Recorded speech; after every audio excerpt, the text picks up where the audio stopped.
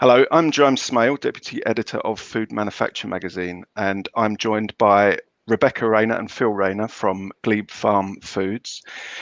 Glebe Farm Foods is one of 3 companies shortlisted for Plant-Based Manufacturing Company of the Year at the Food Manufacture Excellence Awards, which are due to take place online on the 11th of February. So first of all, Rebecca and Phil, welcome. Good to talk to you. Thank you, Jerome. Thank you. Nice to be here.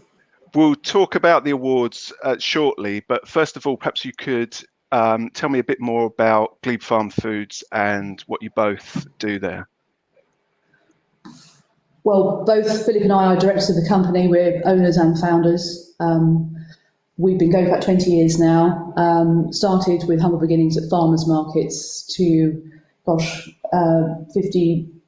50 staff company, over £7 million turnover. And growing successfully even during these tricky times. Yeah. So I would tend to do more strategic operations and engineering and new product development and process engineering. Rebecca is more involved in more marketing and, of course, farming, the important part as well. That's right. Yeah. So it's still a key part of our business in terms of not just farming, it's a tradition, but also setting up our supply chain. It is a very important part of the whole process to get our goods in sequence really, and get the whole supply chain running. Okay. Right. I mentioned your shortlisting in the plant-based category of the Food Manufacture Excellence Awards. What do you consider your biggest achievements in the plant-based market to date? Well, I think really from the scale of the operation really in the last 20 years. So from, as I say, small beginnings through to growing up to, doing over 1 million servings of oats a day, to actually turning on our brand new oatmeal plant, which we're very proud of.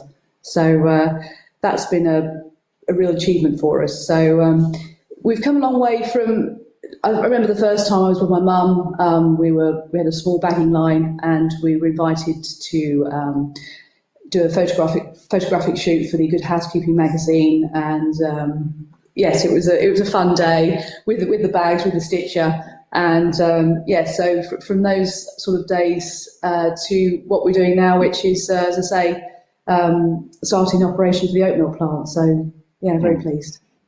Yeah. And Phil, do you have anything to add? Really just to echo that, and in terms of the our supply chain comes from about 60 farmers, possibly to about 100 farms, with 60 farmers farming over England, Midlands, from the Welsh borders right over to coast of East Anglia as well.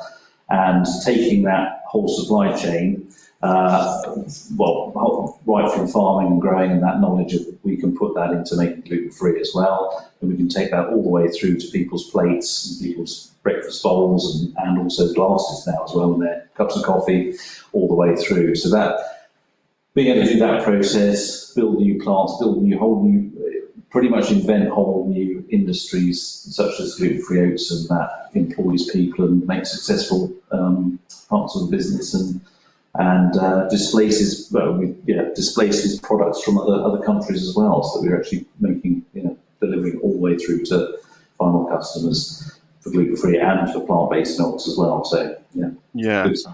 That keeps me going. That's great. Obviously, the plant-based market has undergone huge growth recently in the last few years, particularly. What are your plans for the future in terms of perhaps investment or MPD? Well, really, we've started with our core product, which is the pure oat milk, and we're looking at new variants. We're going to invest about £6 million in the next 3 to 4 years. There's new variants on the oat milk, so chocolates, also other plant-based products as well, almonds, soya, coconut, as a start, and then also looking further, what else can we make with the product? So enhanced protein, fibres, oat fibre, we think is it's getting more and more interest in the category. So we support a lot of our other brands, ongoing brands, and also other manufacturers supplying to them key ingredients that they can take forward. And the position of knowing the whole traceability is very important in this supply chain. So yeah, we've got two new MPD guys start with us. Graham's more on the sort of the bulk process. That's right. Yeah. Processing side. There's Arno, who's more the end user. So whether people want to do a new ice cream or a new granola style or whatever, we've got these guys to take us forward to progress really. Support other manufacturers. Forward. So exciting. Yeah. So, exciting times with a lot of growth. We're seeing the plant-based milks is 3 or 4 years old. The other meat replacements have probably sprung up in the last 2 to 3 years. So it's very much an early innovative market where we like to be there and push forward. So help everyone bring it together. So. Sure. Obviously, we're going through some challenging times. How have things been for you during the pandemic?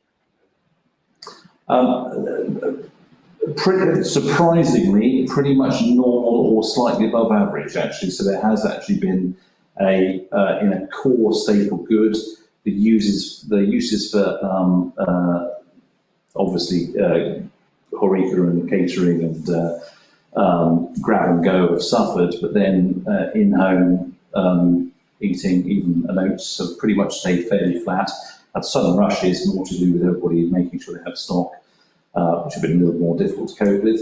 But we increased in the first lockdown, I think 50% in the first month. So we increased capacity to cope with the output and made sure everybody got supplied and pushed forward. And there was a slight lull afterwards, and then helped everybody to achieve what they needed, even in very uncertain times. So hopefully everybody kept everybody going at that time. So good. Yeah. I think also with ideally when we get over the worst of COVID, we want to help our customers get back on their feet as well. We did during the last lockdown, to get them started because they're suffering.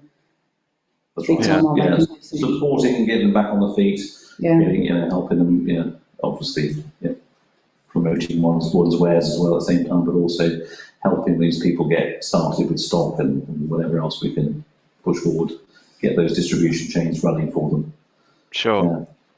So looking forward then to the 11th of February and the Food Manufacturer Excellence Awards, what will it mean to you if you emerge winners from the plant-based category?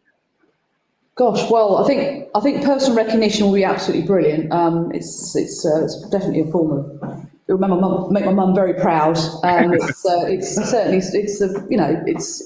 be terrific if that for both of us. In fact, the whole company wide to win the Excellence Award.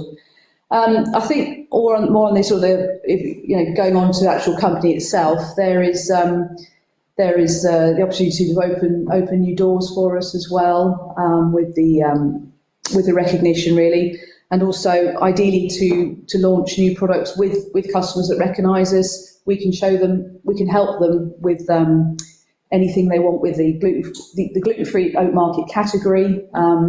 Very excited about expanding that category. Myself, I'm doing Veganuary. I realise how much soya and coconut there is on the market, and really I think oats are a wonderful opportunity in terms of protein, in terms of choice, whether it's ice cream, yogurts, the whole category is extended, and that's what's so exciting really, to actually bring it all the way around. And awards are always good to celebrate one's achievements. Also, everybody else can suddenly find a different area of the market, help innovation, help Britain. Britain, where we've noticed over the last 10 years, Britain's very innovative going throughout Europe, and so gluten-free market started here really, and in Europe, and then we transferred it through, and that's because of communication and boards help communication. People see different things, new inspirations.